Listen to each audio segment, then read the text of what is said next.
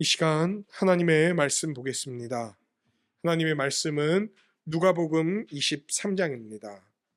누가복음 23장 13절에서부터 25절까지의 말씀, 13절부터 25절까지의 말씀 우리 한 목소리로 다 같이 읽도록 하겠습니다. 시작.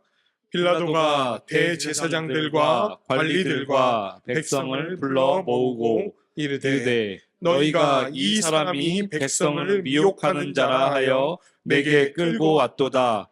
보라, 내가 너희 앞에서 신문하였으되 너희가 고발하는 일에 대하여 이 사람에게서 죄를 찾지 못하였고 헤롯이 또한 그렇게 하여 그를 우리에게 도로 보내었도다. 보라, 그가 행한 일에는 죽일 일이 없느니라. 그러므로 때려서 놓겠노라. 무리가 일제히 소리질러 이르되 이 사람을 없이하고 바라바를 우리에게 놓아 주소서 하니, 이 바라바는 성중에서 일어난 밀란과 살인으로 말미암아 감옥에 갇힌 자로라. 빌라도는 예수를 놓고자 하여 다시 그들에게 말하되 그들은 소리질러 이르되 그를 십자가에 못 박게 하소서, 십자가에 못 박게 하소서 하는지라. 빌라도가 세 번째 말하되 이 사람이 무슨 악한 일을 하였느냐, 나는 그에게서 죽일 죄를 찾지 못하였나니 때려서 놓으리라 하니, 그들이 큰 소리로 재촉하여 십자가에 못 박기를 구하니 그들의 소리가 이긴지라. 이에 빌라도가 그들이 구하는 대로 하기를 언도하고 그들이 요구하는 자 곧 밀란과 살인으로 말미암아 옥에 갇힌 자를 놓아주고 예수는 넘겨주어 그대로 뜻대로 하게 하니라. 아멘. 아멘. 할렐루야. 네, 우리는 이 시간 누가복음의 말씀을 통해서 하나님이 우리에게 예수 그리스도를 통해 이루어 주시는 그 놀라운 구원의 역사를 하나씩 살펴보는 그런 귀한 시간을 갖고 있습니다. 특별히 예수님 이제 모든 사역을 거의 다 마치시고 가장 중요한 사역으로 나아가시는 그런 장면 가운데 있습니다. 그리고 오늘은 그 길로 나아가시기 직전에 있는 일, 마지막 재판을 받는 모습이 이제 오늘 본문을 통해 나오고 있는 사실을 우리는 함께 살펴볼 수 있습니다. 우리는 지난주 말씀에서 세 가지의 신문의 내용을 봤어요. 먼저 예수님이 사내들인 공회에 끌려가서 받으신 신문, 그리고 두 번째로 빌라도에게 받으신 신문, 그리고 세 번째로 헤롯 왕에게 받으신 그 세 차례의 신문에 대해 봤습니다. 우리는 이 신문을 통해서 이 세상에 예수님이 누구로 선포될 때, 구원자요 이 세상을 다스리실 주로 선포가 될 때, 그리스도와 주로 선포가 될 때 나타나는 부정적인 반응들에 대해서 좀 살펴볼 수 있었어요. 어떤 반응들이 있었죠? 그분은 아니다, 그는 아니다라고 적극적으로 부인하는 모습. 또 그리스도이심을 회피하는 모습. 뭔가 있는 것 같은데 잘 모르겠다. 그리고 관심을 꺼버리고 그냥 회피하는 모습. 그리고 또 그분을 시험하면서, 자신만의 방식으로 시험하면서 자신의 원대로 소망대로 그분이 반응하지 않을 때 조롱하며 멀리했던 모습. 이런 세 가지의 장면으로 예수님을 향한 부정적인 반응에 대해서 살펴봤어요. 그리고 그 반응들은 다 누가 보여왔던 반응들이냐면 우리가 일생을 통해 보여왔던 반응들이었던 거예요. 그런데 예수님은 그런 부정적인 반응에 대해 어떻게 대하십니까? 그래, 너희는 소망이 없구나. 구원자요 주로 온 나를 받아들이지 않으니 너희는 심판을 받아 마땅하다, 싸다. 이렇게 그냥 버려두시고 예수님 자신의 갈 길로 가셨습니까? 아니죠. 예수님은요 끝까지 그들을 설득하셨어요.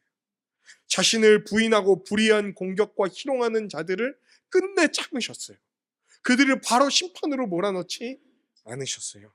그리고 그들을 향해, 그리고 우리를 위해 끝까지 설득하셨습니다. 그리고 그런 예수님의 설득에 설득된 자를 우리는 뭐라고 이야기하냐면 교회라고 라고 이야기하는 거예요. 예수 그리스도를 자신의 주요 그리스도로 맞아들인 자, 예수님의 설득에 끝내 감화된 자, 그들을 우리는 교회라고 부릅니다. 그 예수 그리스도의 열심의 결과, 하나님의 사랑의 결과가 교회인 거예요. 그리고 그런 거룩한 백성인 교회는 이제 그리스도의 뒤를 따라서 이 땅을 사랑의 마음으로 품고 끝까지 설득하는 자로 서서 살아가게 되었다라는 사실을 우리는 예수님의 이야기를 통해 살펴보았습니다. 그리고 오늘 말씀은 이제 이 세 차례의 신문이 지나가고 나서 마지막 재판, 마지막 판결을 받는 장면이 나와요. 예수님이 최종 판결대 앞에 빌라도 앞에 서 있습니다. 그리고 그 옆에서 빌라도에게 항의하는 백성들의 모습이 나와요.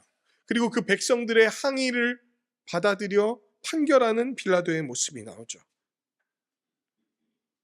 빌라도의 판결을 듣는 예수님, 그리고 풀려나는 바라바라는 사람의 모습을 통해 우리를 향한 하나님의 구원과 사랑, 그리고 그 은혜가 어떤 것인지 정말 말씀을 듣는 내내 성령님께서 우리와 함께 해주셔서 듣는 우리 모든 사람들의 귀를 여시고 마음을 열어주셔서 하나님의 그 은혜가 얼마나 풍성한지, 그 말씀의 은혜가 얼마나 귀한지 여러분의 심령을 울리는 그런 시간이 되기를 주님의 이름으로 간절히 축원합니다. 네, 오늘 본문 말씀 같이 보도록 하겠습니다. 13절부터 17절까지 말씀입니다. 빌라도는 대제사장들 그리고 관리들 그리고 백성을 모아서 타협을 시도합니다. 빌라도는요, 세 차례에 걸친 그 신문들을 살펴보면서 도무지 예수님에 대한 죄를 찾지 못했어요. 대제사장들, 관리들 그리고 백성들이 막 고발했어요. 뭐라고? 예수님이 백성을 미혹하는 자라고. 근데 그 혐의는 여러 신문을 통해서 다 벗겨집니다. 무혐의, 예수님은 혐의가 없어요. 죄가 없어요. 거기에다가 빌라도만 죄가 없다고 얘기하는 게 아니라 헤롯이라는 왕도 예수를 살펴봤는데 죄가 없다고 얘기를 합니다.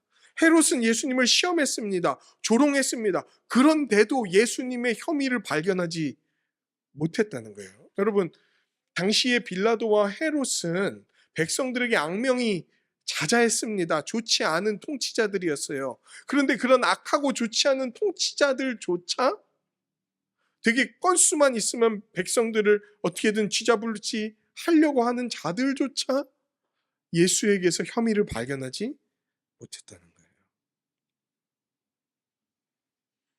그런데 이거 그냥 놔주면은 어떻게 됩니까?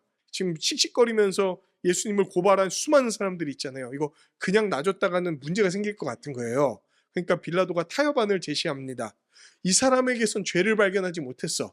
그래서 죽일 수는 없어. 근데 회장을 놓고, 그러니까 때려서 놓아주도록 할게. 여기에서 이제 그만합시다.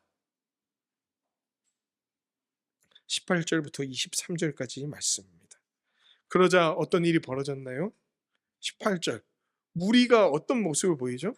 그 아까 대제사장들, 관리들, 백성들을 지금 18절에서는 무리라고 얘기하는데 무리가 일제히 소리를 지르고 있습니다.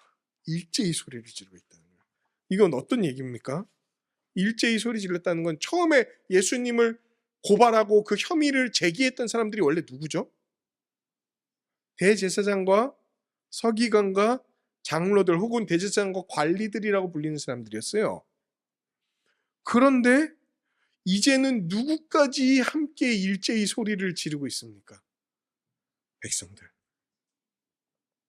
원래 백성들 때문에 대제사장 일파가 예수님을 함부로 체포 못하고 죽이지 못했던 거 알고 계시죠? 그런데 이제는 백성들까지도 예수님을 잡아다 죽이라고 하는 그 일에 동참하고 있다는 거예요. 백성들까지도 한마음이 돼서 빌라도에게 나아가 예수를 죽이라고. 지금 그러면 일제히 이 얘기를 했다는 건 무슨 말입니까? 일제히 한 이 얘기, 일제히 결의한 이 내용에 대해 이거 말한 모든 사람이 다 책임을 져야 된다는 거예요. 근데 갑자기 백성들이 왜 찬동했을까? 다른 복음서를 보면은 마태복음 27장 20절을 보면은 그 이유에 대해 좀 알 수 있습니다. 같이 말씀 볼까요? 뭐라고 나옵니까? 대제사장들과 장로들이 무리를 권하여 바라바를 달라 하게 하고 예수를 죽이자 하였더니, 이 사람들이 백성들을 선동합니다. 설득했습니다. 그래서 백성들은 그들에게 넘어갔어요. 백성들이 다 넘어갔습니다. 이제 예수님의 편은 없는 거예요. 그러면서 이들은 한 목소리로 일제히 뭐라고 요구합니까? 두 가지 얘기를 해요. 먼저 이 사람 예수를 없이 해주십시오. 해결해 주십시오. 처단해 주십시오. 예수를 죽이십시오. 뒤에서 나온 바대로 말하면 뭐라고 얘기할 수 있냐면 예수를 십자가에 못 박으라고 얘기하는 거예요. 예수님은 더 이상 환영의 대상이 아닙니다. 백성들은 예수님이 예루살렘으로 처음 들어올 때 뭐라고 얘기하면서 환영했나요? 호산나 다윗의 자손이요. 호산나가 뭐죠? 우리를 구원하소서라는 말이에요.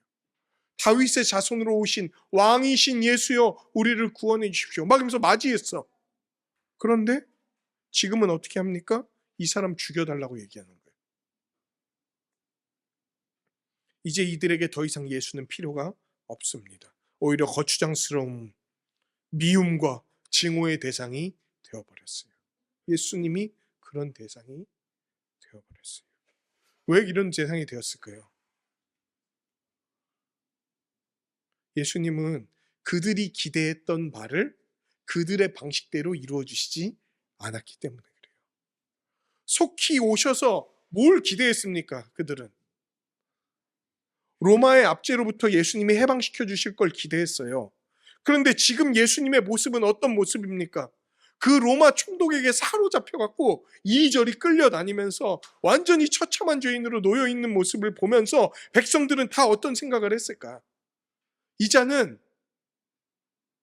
호산나를 들을 대상이 아니다. 우리의 뭐가 아니다. 해방자가, 구원자가 아니다. 우리의 구원자라면 어떻게 이 로마 총독한테 이렇게 사로잡혀 있어?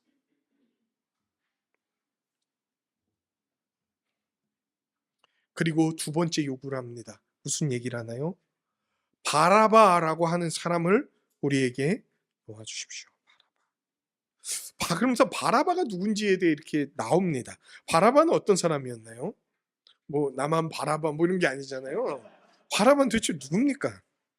성중에서 일어난 밀란과 살인으로 인해 옥에 갇힌 자예요. 그러니까 밀란을 벌이고 살인을 해서 옥에 갇혀 있는 자예요.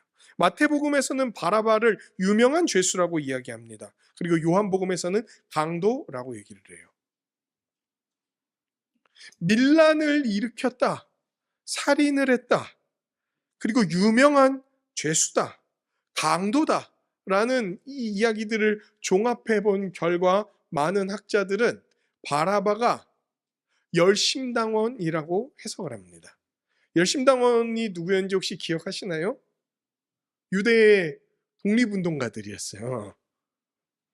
그러니까 로마의 압제로부터 해방될 것을 꿈꾸면서 그 일들을 일으켰던 사람들, 그들이 열심당원인데 아마 바라바는 열심당원의 일원이었을 거고, 유명한 죄인이라고 하는 것을 봤을 때 그들 중에 지도자격에 있는 사람이었을 거다라고 유추가 되고 있는 사람이에요. 그런데 그는 어떤 방식으로 이 일들을 이루고 있었습니까? 강도 그리고 살인이라는 방식으로 이 일들을 이루고 있었던 사람이었어요.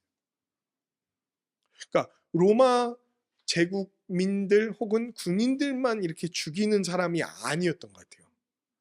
강도는 뭡니까? 남의 것을 빼앗는 거잖아요, 강제로. 그렇게 해서 뭐 군자금을 대든지 뭐 이런 식의 방식으로 아마 독립운동을, 해방운동을 일으키고 있었던 사람이었던 것 같아요.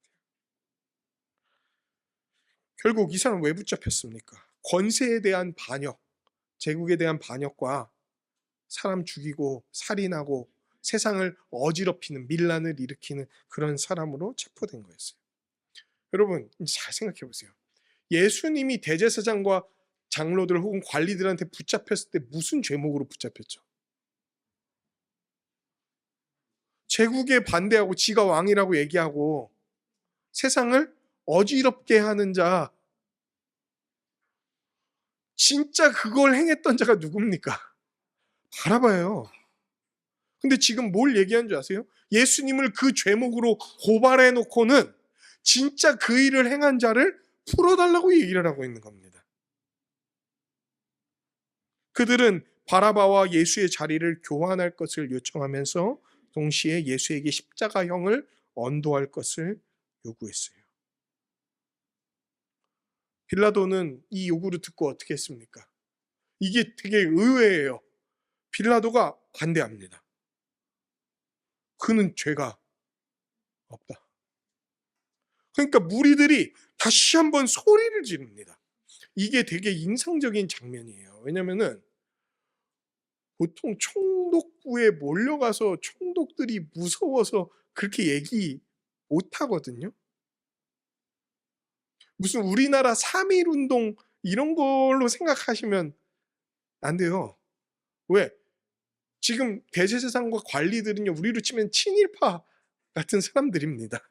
그런데 무리와 그 친일파가 함께 한마음이 돼서 몰려가서 소리를 지르기 시작해요. 그러면서 뭐라고 얘기합니까? 그를 십자가에 못 박게 하소서, 십자가에 못 박게 하소서. 2차례나 얘기합니다. 십자가에 못 박는다는 것은 뭐냐? 우리는 십자가라는 얘기를 기독교인으로서 너무 많이 듣잖아요. 근데 그 십자가 도대체 형벌은 뭐냐? 그러면 십자가 형벌은 누가 받는 건가요? 어느 정도 죄를 범해야 십자가형을 받을 수 있을까요? 원래 십자가 형벌은요, 로마로부터 시작된 형벌이 아닙니다. 고대 페르시아에서부터 내려온 형벌이에요. 그리고 이 형벌은 로마 제국에까지 이어졌어요. 왜냐하면 되게 효과적인 형벌이었던 것 같아요. 그러니까 십자가 형벌이 너무 끔찍하고 두려운 형벌이어서 보면은 많은 사람들이 그래도 잠시라도 뭐라 그러죠? 그 범죄를 좀 멈추게 하는 어떤 그런 효과들이 있었던 것 같아요. 기본적으로 중대 범죄자들을 공개적으로 처형하는 방식이었습니다. 그래서 국가의 질서를 지키고 안정을 유지하려는 목적으로 나무에 달아서 이렇게 죽이는 방식으로 이루어졌어요. 특별히 국가의 반역자들에게 이루어진 형벌이었습니다. 성경 구약에서 이 십자가형을 언도받아 실제로 죽은 모습으로 유추되는 사람이 나옵니다. 그게 에스더서에 나오는 하만이라고 하는 사람이에요. 그가 나무에 달려 죽었다. 이 표현이 그 십자가형을 헬라어로 쓸 때의 단어를 구약 성경을 헬라어로 옮겨 쓴 70인역이라는 이렇게 성경이 있는데 거기에 나온 단어랑 일치합니다. 그러니까 페르시아 제국의 관리였거든요, 하만이. 그래서 아마 하만은 십자가형을 당해서 왜? 왕비를 해치려고 그랬어. 국가의 반역자로 올려져서 죽은 거예요, 그가. 무리들은 예수에게 이 반역자들만이 받는 심판을 언도할 것을 요구했던 거예요. 그러자 빌라도가 세 번째로 이야기합니다. 도대체 이 사람이 무슨 악한 일을 했냐? 나는 그에게서 죄를 찾지 못하였느니 그냥 내가 때려서 놔주겠다. 나는 도무지 이에게서 죄를 찾지 못하겠어. 도대체 얘가 무슨 죄가 있길래 너네는 이렇게까지 얘기를 하냐? 지금 우리가 그냥 그가 한 말을 이렇게 뭐라 그럴까요? 딱딱 핵심만 적어놓은 이야기를 봐서 그렇지 그 정황을 좀 보면요. 빌라도는 도무지 이해가 안 되는 거예요. 왜? 총독이 3차례나 지금 얘기를 하고 있는 겁니다.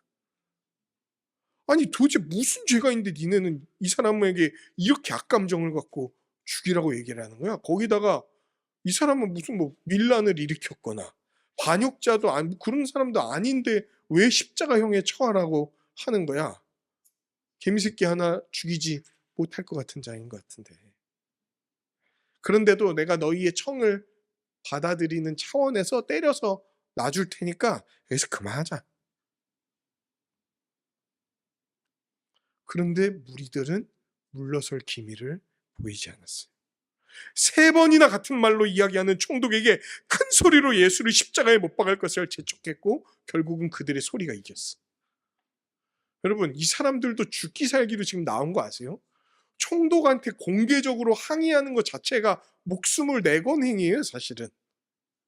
거기에다 총독이 3번이나 얘기하는 거를 3번씩이나 거부하면서 얘기하는 건, 이건 무슨 얘기냐면 이 자리에서 저자 십자가에 못 박든지 아니면 우리 죽이든지 지금 이대로 했다가는 우리 가만히 안 있을 거요. 이거 일종의 총독을 향한 협박이었던 거예요. 결국 어떤 일이 벌어졌습니까? 무리의 목소리가 이겼어. 빌라도는 그 논란의 중심에 있는 예수를 그냥 가만히 뒀다가는 이거 난리 나겠다. 그리고 이 유대에서 막 엄청난 소요가 일어나면은 그거 총독이 책임을 져야 되거든요.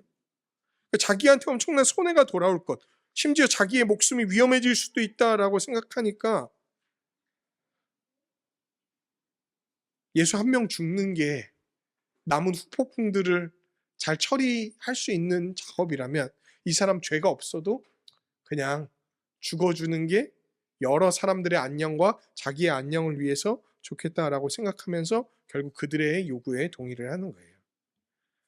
예수님을 죽음에 처하라고 십자가에 달라고 하는 요구가 관철되었습니다. 24절부터 25절 말씀입니다. 그리고 빌라도는요, 그들이 구하는 대로 언도합니다. 무리가 요구하는 자, 밀란과 살인으로 옥에 갇힌 자를 예수 대신에 그들에게 내어주고 놓아주고 예수님은 이제 넘겨주는 거예요. 예수님은 이제 어떤 죄목으로 지금 들어갑니까?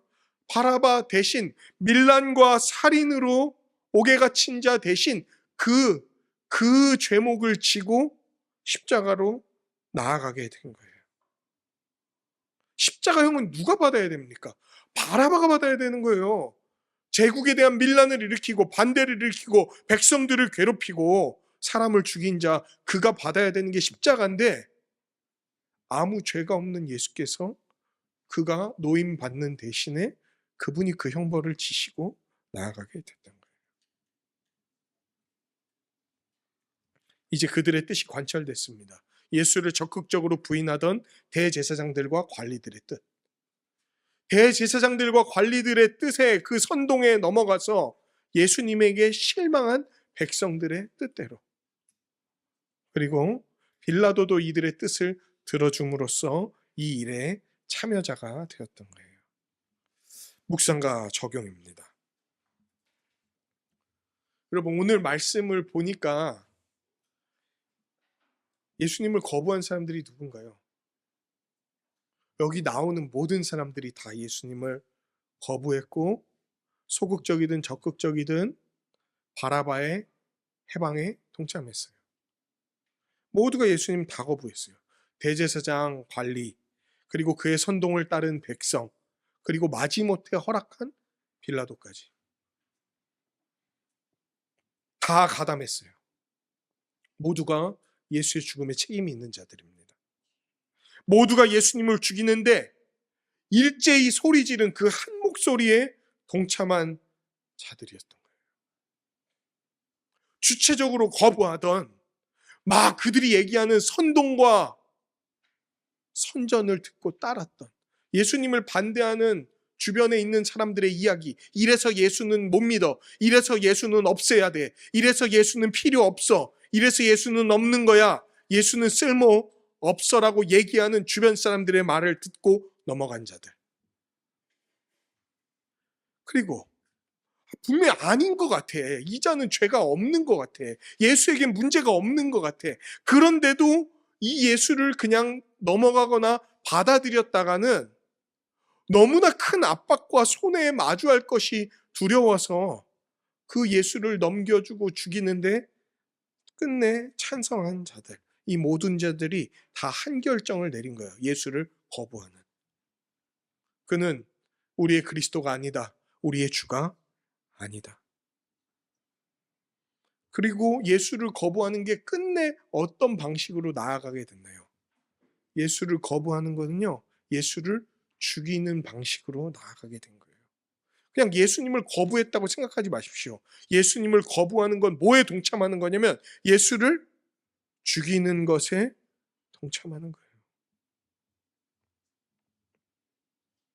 그런데 더 놀라운 것, 그냥 예수를 십자가에 못 박으라고 하는 것 말고 이 사람들이 요구한 게 하나가 더 있습니다. 뭘 요구했죠? 바라바를 놓아달라고 얘기를 해요. 이게 되게 특이한 요구입니다. 물론 이제 다른 성경을 보면은 유대인의 어떤 절기에 해당되는 어떤 뭐라 그럴까요? 명절의 특징 중에 큰 죄인을 놔주는 큰 죄인을 놔주는 어떤 일들이 있어요. 우리로 치면은 광복절 특사 같은 걸까요? 그런 게 있는데 지금 예수를 잡아다 넣고 바라바를 놔달라고 얘기를 하고 있는 거예요. 근데 왜 굳이 바라바였을까? 다른 사람들도 있지 않나요? 가나다 뭐 이런 사람이면 안 됩니까? 왜 바라바입니까? 바라바가 아까 어떤 일을 행한 자라고 얘기합니까? 밀란과 살인을 행한 자. 왜 밀란과 살인을 행한 자를 놔달라고 했을까? 아까 그의 배경을 얘기했을 때 그 자가 어떤 자였습니까? 유대의 해방을 위해 독립운동을 펼쳤던 자. 백성들은 선택한 거예요. 해방자는 예수가 아니고 바라바다. 나를 해방할 자, 이스라엘을 해방할 자는 예수가 아니고 바라바라는 거예요. 혐의가 없는 예수를 그 혐의로 넘겨주고 진짜 그 혐의가 증명된 자를 풀어달라고 얘기하는 거예요. 예루살렘 입성 이후 그들의 기대를 벗어난 예수의 행보를 보고 백성은 예수님을 포기했어요. 그리고 바라바를 자신들의 해방가로 선택했어요. 근데 여러분 보십시오. 바라바가 해방가로 보였던 것 같아요. 독립운동을 하는 사람처럼 보였던 것 같아요. 그런데 그의 본질은 뭐였습니까? 밀란을 행한 자요, 살인자인 거예요. 그의 동기가 훌륭해 보였을지 모르지만 그의 방식은 어둠에 속한 방식이었습니다. 백성을 해방할 거다라고 대의를 갖추어도 그 방식이 살인이야, 강도야.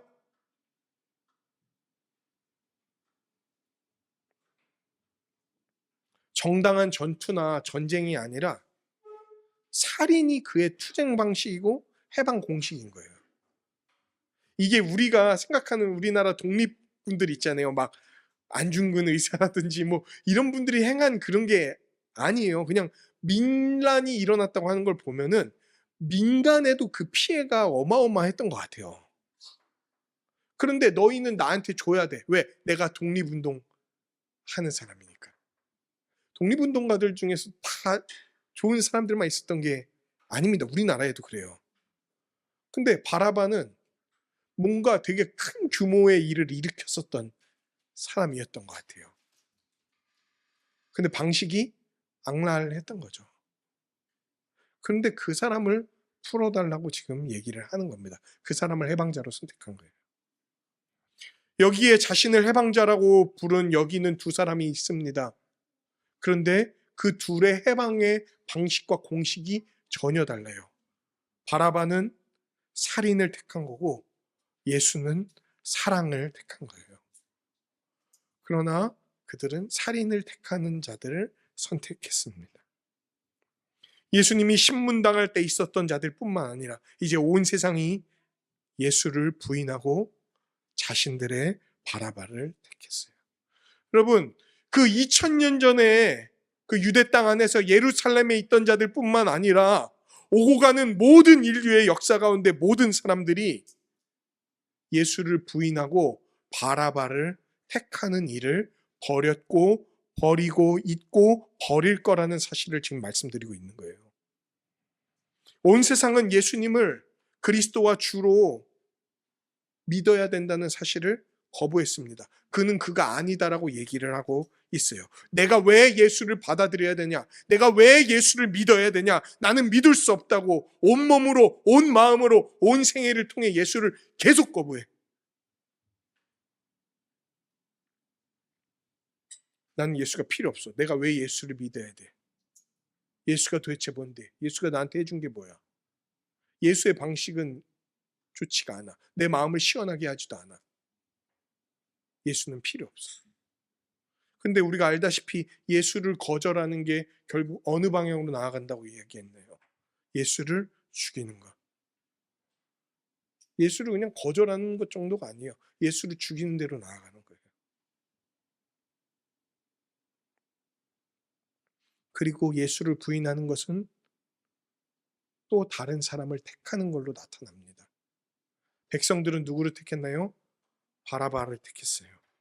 이 바라바라는 이름이 왜 적혀 있나 좀 궁금했어요. 그래서 바라바라는 이름을 좀 의미를 봤더니 아람어예요. 합성어입니다. 바르라는 말과 아빠라는 말의 합성어예요. 아빠는 어디서 들어보셨죠? 그 마태복음에서 하나님을 아바 아버지라고 할 때 그게 아빠입니다. ABBA요. 아빠. 바르라는 말은 바라고도 얘기하기도 하고 바르라고 얘기하기도 하는데 아람어로 아들이라는 뜻이에요. 그러니까 바르 아빠는 무슨 뜻이냐면 아버지의 아들이라는 말입니다. 바라바라는 말의 의미가 아버지의 아들이라는 말이에요. 세상은 진짜 아버지, 이 세상을 지으시고 구원하시는 참 아버지의 진짜 아들, 독생자이신 예수를 거절하고 바라바를 택한 거예요. 다른 아버지의 아들을 택한 겁니다. 자기들의 바라바를 선택한 거예요. 세상과 자신을 해방하는 것이 바라바와 같이 행하는 거라고 생각하는 거예요. 자기만의 생각으로 하나님이 지으신 세상과 질서를 어지럽히고 밀란을 일으키고 자신만을 위해 살아가며 다른 사람을 해치는 것을 이상하지 않게 여기는 것. 실제로든 심적으로든 말로든 사람을 해치는, 예수님은 뭐라고 얘기하셨습니까? 너희가 누군가를 미워하는 것도 뭐와 같다? 살인과 같다. 우리의 인생이, 우리의 말, 우리의 생각, 우리의 행동이 살인하는 자의 삶을 살아감으로써 바라바의 운동에 동참하는, 바라바를 우리의 삶 속에서 해방시키는 그 일에 참여하고 있다는 것을 보여주고 있는 겁니다. 여러분, 그게 거칠게 나타나던 세련되게 나타나던 본질에 있어서는 동일한 거예요. 자기 사랑하는 자는 남을 해치는 자요, 살인하는 자입니다. 이웃보다 자신을 우선시하면서 자기만을 위해 살아가는 자, 자기의 이익을 위해서라면 다른 사람이 어떻게 되든지 만들든지 관심을 기울이지도 않고 돌볼 생각도 하지 않고 자신의 인생에만 몰두해서 살아가는 자, 그 자가 바라바예요. 바라바가 그랬잖아요. 자신의 목적을 위해서 다른 사람이 어떻게 되든지 만들든지 그 일을 위해 살아가는 자. 아닌데요? 저는 그렇게 안 했는데요? 다른 사람에게 그렇게 피해를 끼치지 않았는데요? 그 자기가 손해 안 보려고 그런 거야. 자기가 법적으로 문제가 되면 더 큰 손해를 볼까봐 안 한 거지, 만약에 그런 제약이 없었다면 충분히 하고도 남을 게 우리라고요. 와, 너 죽여버리고 싶다, 막 이런 생각이 들었을 때 실제로 안 하죠. 왜? 죽였다간 우리가 감옥 가니까. 근데 그런 마음들 다들 한 번도 안 가져봤습니까? 다 살인자, 다 바라본 거예요. 다. 이처럼 온 세상이 예수님을 거절하고 바라바를 해방함으로 예수님의 죽음에 동참했던 거예요. 모두가 한평생 구원자를 저버리고 사형수를 찬성하는 방식으로, 예수를 죽이는 방식으로 이 세상이, 그리고 우리가 살아갔던 거예요. 바라바가 뭐 어디 먼데 있는 게 아닙니다. 두 번째 적용.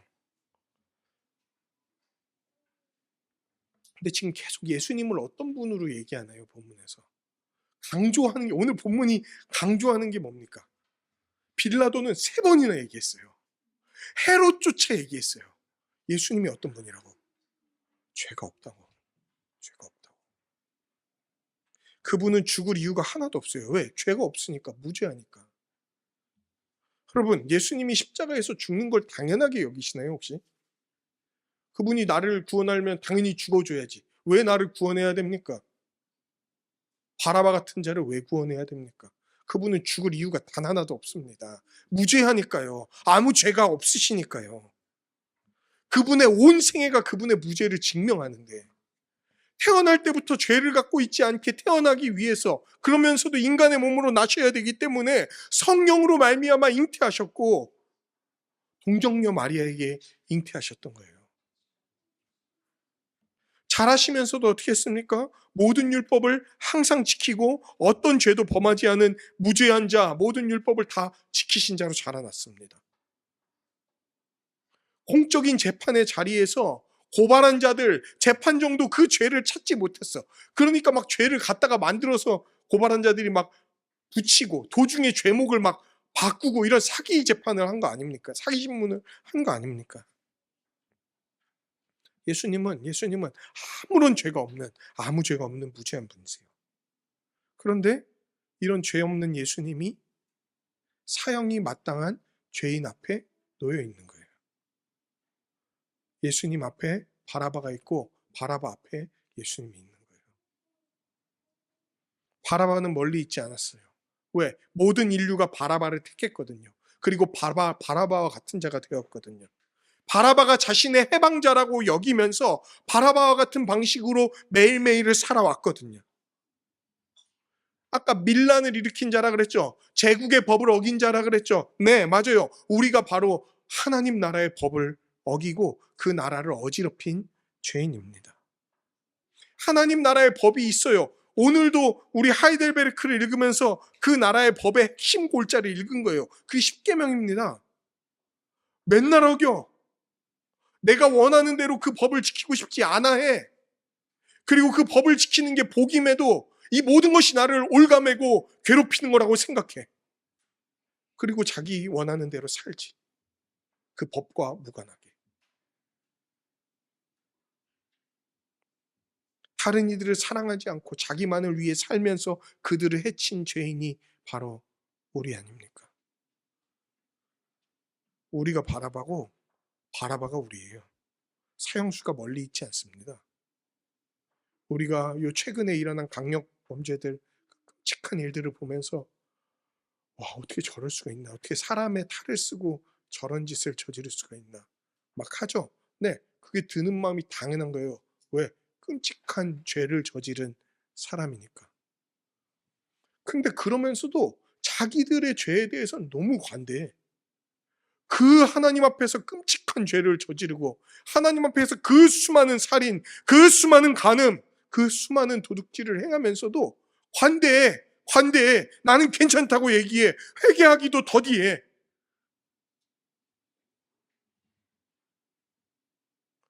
계속 서로를 보면서 찌찌 저 바라봐. 자기 이름에 바라바라고 써져 있는 거를 몰라보면서. 대의를 품은 것 같아요. 자기 인생을 보면 엄청난 대의를 갖고 있는 것 같아요. 되게 자기가 고상한 사람인 것 같아요. 다른 사람들은 되게 상식적이지 못한 사람이 너무 많은데 자기는 되게 대단한 것 같아요. 기본적인 것들이 갖춰져 있는 사람 같아요. 자기는 괜찮은 사람 같아. 근데 대의를 품은 것 같지만 실제로는 욕심으로 그득해갖고 불법과 살인을 저지른 자가 여기 있습니다. 그런데 오늘 본문에 어떤 일이 일어납니까? 이런 바라바를 대신해서 예수님이 끌려가시는 거예요. 그리고 바라바가 노임을 받습니다. 예수가 끌려가고 바라바가 노임을 받는 거예요. 예수님과 이자가 맞바꾸어지는 거예요. 예수님이 이 땅에 오사 사형에 처해 마땅한 바라바, 가장 최악의 자리에 있는 우리를 자신의 자리와 바꿔주심으로, 죽음으로 끌려가심으로 우리가 자유를 얻은 거예요. 풀려나야 될 이유가 전혀 없는 자인 우리를 그런 우리에게 드리워진 그 영원한 죄의 형벌에서 우리를 자유롭게 하셨어요. 왜? 그분이 우리와 자리를 맞바꾸어 주셨기 때문에 그래요. 디모데전서 1장 13절에서 15절 말씀입니다. 그렇게 맞바꾸어짐을 받은 자, 그 은혜가 얼마나 큰 자가 이게 어떤 건지를 이해하고 믿음으로 써놓은 글이에요. 사도 바울이 쓴 글입니다. 같이 한 목소리로 읽도록 하겠습니다. 시작. 내가 전에는 비방자요, 박해자요, 폭행자였으나 도리어 긍휼을 입은 것은 내가 믿지 아니할 때에 알지 못하고 행하였음이라. 우리 주의 은혜가 그리스도 예수 안에 있는 믿음과 사랑과 함께 넘치도록 풍성하였도다. 미쁘도다 모든 사람이 받을 만한 이 말이여.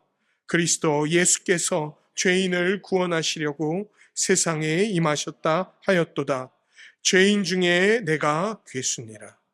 아멘.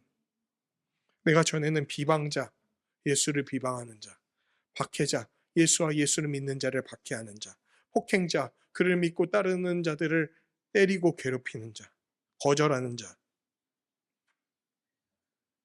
그런데 긍휼을 입었다는 거예요. 그리스도 예수께서 죄인을 구원하시려고 이 세상 가운데 오셔서 친히 우리를 대신하여 우리의 자리로 걸어가셨기 때문입니다. 그러면서 얘기해요. 나는 죄인 중에 괴수다. 바라바가 그 죄인 중에 괴수였거든요. 그리고 바라바가 우리입니다. 마지막 적용입니다. 그리고 예수님은 이 바라바를 대신하기 위해, 바라바를 놓아주는 자리로 가게 하기 위해 그분이 십자가로 나아가셨던 거예요. 예수님은 바라바인 우리를 위해 십자가의 형벌로 걸어가셨습니다. 끔찍한 죄를 저지른 범죄자들에 대한 그 처벌의 두려움을 극대화하기 위해 끔찍한 방식으로 고안되었던 형벌인 십자가, 그 십자가에 예수께서 붙잡히셨어요. 국가의 반역자들이 달리는 그 십자가에 예수께서 달리셨어요. 그 십자가가 바로 반역자요. 그 끔찍한 형벌들의 해당자인 우리가 받아야 되는 형벌이 그 십자가인데, 그 자리에 예수께서 달리심으로 우리가 노임을 받았다는 거예요.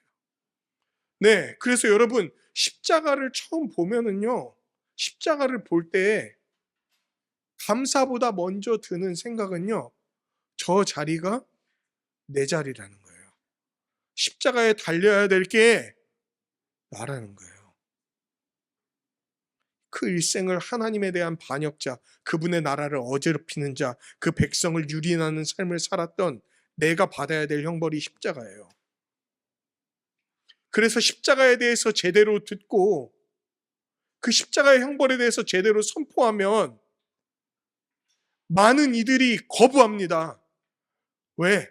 십자가는 듣기 불편한 주제거든요. 십자가는 말랑말랑한 얘기가 아닙니다. 십자가는 내가 그 처참한 죄인이라는 얘기예요. 그리고 현대인들은 자신이 죄인이라고 얘기하는 걸 정말 싫어하죠. 왜 내 자존감을 깔아뭉개는가? 왜 나의 나됨을 그렇게 비참하게 만드는가? 나 그 정도 아닌데? 그리고 자신이 십자가에 달려야 될 자라는 걸 인지하지 못하고 부정하기 때문에 끝내 예수를 받아들이지 않는 거죠. 얼마나 많이 하나님을 거부했습니까? 조롱했습니까? 비난하고 무시했습니까? 얼마나 많이 그 나라의 법과, 위대한 법과 그 질서를 유린했습니까? 자기 마음대로 살아갔습니까? 자기가 받은 피해는 극대화해서 얘기를 해. 그러니까 그걸 해결하는 방식으로, 내가 로마에게 그 피해를 받았다는 거예요. 그걸 해결하는 방식으로 밀란을 일으키고 살인을 벌이고 강도를 저질러. 자기가 받은 피해는 극대화하고, 그러면서 자기로 말미암아 다른 사람이 받는 피해와 어려움에 대해서는 무정하고 관심이 별로 없어.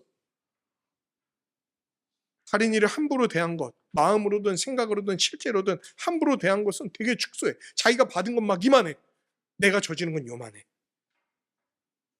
그러니까 내가 하는 모든 것들이 다 정당해. 근데 하나님의 빛 가운데 이런 우리를 보면은요, 우리는 십자가에 달리는 게 마땅합니다. 어떤 게 우리를 피해가게 할 수 있습니까? 무엇이 우리를 십자가로부터 벗어나게 할 수 있습니까? 내 말 하나하나, 행동 하나하나, 생각 하나하나 십자가에 해당되지 않는 죄가 어디 있어요? 우리의 모든 죄의 본질이 다 하나님을 거부하고 하나님을 살해 시도해서 자기가 하나님이 되려고 하는 건데, 다 반역죄인데 십자가에 해당 안 되는 죄가 도대체 어디 있습니까? 십자가가 우리의 자리예요. 십자가에 달려야 되는 게 나입니다. 그 처참한 죄인의 모습이 나인 거예요. 그런데 십자가가 있는데 저기 내가 달려야 되는 곳인데 보니까 누가 달려 있습니까? 예수님이 달려 계신 거예요. 예수님이 그 십자가의 자리로 걸어가고 계시는 거예요. 내가 가야 될 그 자리로 예수님이 나아가고 계시는 거예요. 그리고 내가 여기 있는 거예요. 이 처참한 죄인을 살리시려고, 놓아주시려고 그분이 십자가로 갑니다. 이 죄 많은 인생을 하나도 죄가 없다고 선고받는 인생이 되게 하시기 위해서 예수님이 거기로 가시는 거예요. 거절하던 자가 완전히 받아들이는 자가 되게 하기 위해서. 죄로 번복이 된 자를 무죄한 자로 만들기 위해서. 하나님 나라에 도무지 들어갈 수 없는 자가 그 나라의 안식을 누리게 하기 위해서 예수님이 그 길로 가셨던 겁니다. 그리고요, 그렇게 우리와 그 자리를 바꾸시기 위해 어떤 일들을 행하셨냐면 십자가에서 내가 받아야 될 모든 형벌을 하나하나 다 받기 시작하신 거예요. 그냥 무슨 십자가에서 죽으셔서 우리의 죄를 이렇게 씻는 게 아닙니다, 여러분. 예수님의 죄는 그냥 이렇게 씻어주는 게 아니에요. 예수님은 우리가 받아야 될 죄의 형벌 하나하나를 하나도 빠뜨리지 않고 다 받아내신 거예요, 십자가에서. 그게 형벌 대속적 죽음이라는 의미입니다. 하나도 빠뜨리지 않았어요. 우리가 막 어떤 것들 겪을 때 미칠 것 같다 그러잖아요. 그거는 우리가 받아야 될 형벌이 아직 성취도 안 된 거거든요. 완성도 안 된 거거든요. 그런데 그걸 완성된 형태로서 예수께서는 십자가에서 하나하나 다 받아내셨다는 거예요. 하루만 살아도 우리는 지옥 가기에 몇 번이나 충분한 삶을 삽니다. 일평생을 살면서 죄를 얼마나 많이 지을까. 우리 한 명만 쳐도 예수님은 그 죄인 한 명을 다시 살리고 놓아주시기 위해 그 형벌을 다 받아내셨어요. 아마도 예수님은 십자가에서 우시면서 그 형벌을 받아내시지 않았을까 싶어요. 왜냐면 그 고통이 엄청납니다. 어마어마합니다. 육체적 고통은 사실은 제일 약한 고통이죠. 예수께서 받으신. 고통 가운데 눈물로써 우리의 형벌을 세시면서 받지 않았을까 싶어요. 그러면서도 동시에 그 죄값을 하나하나 치를 때마다 내가 해방될 수 있는 것들이 펼쳐지니까 그 모습을 보시면서 또한 기쁨의 눈물을 흘리시지 않았을까? 그 기쁨의 눈물로 형벌을 하나하나 세시지 않았을까?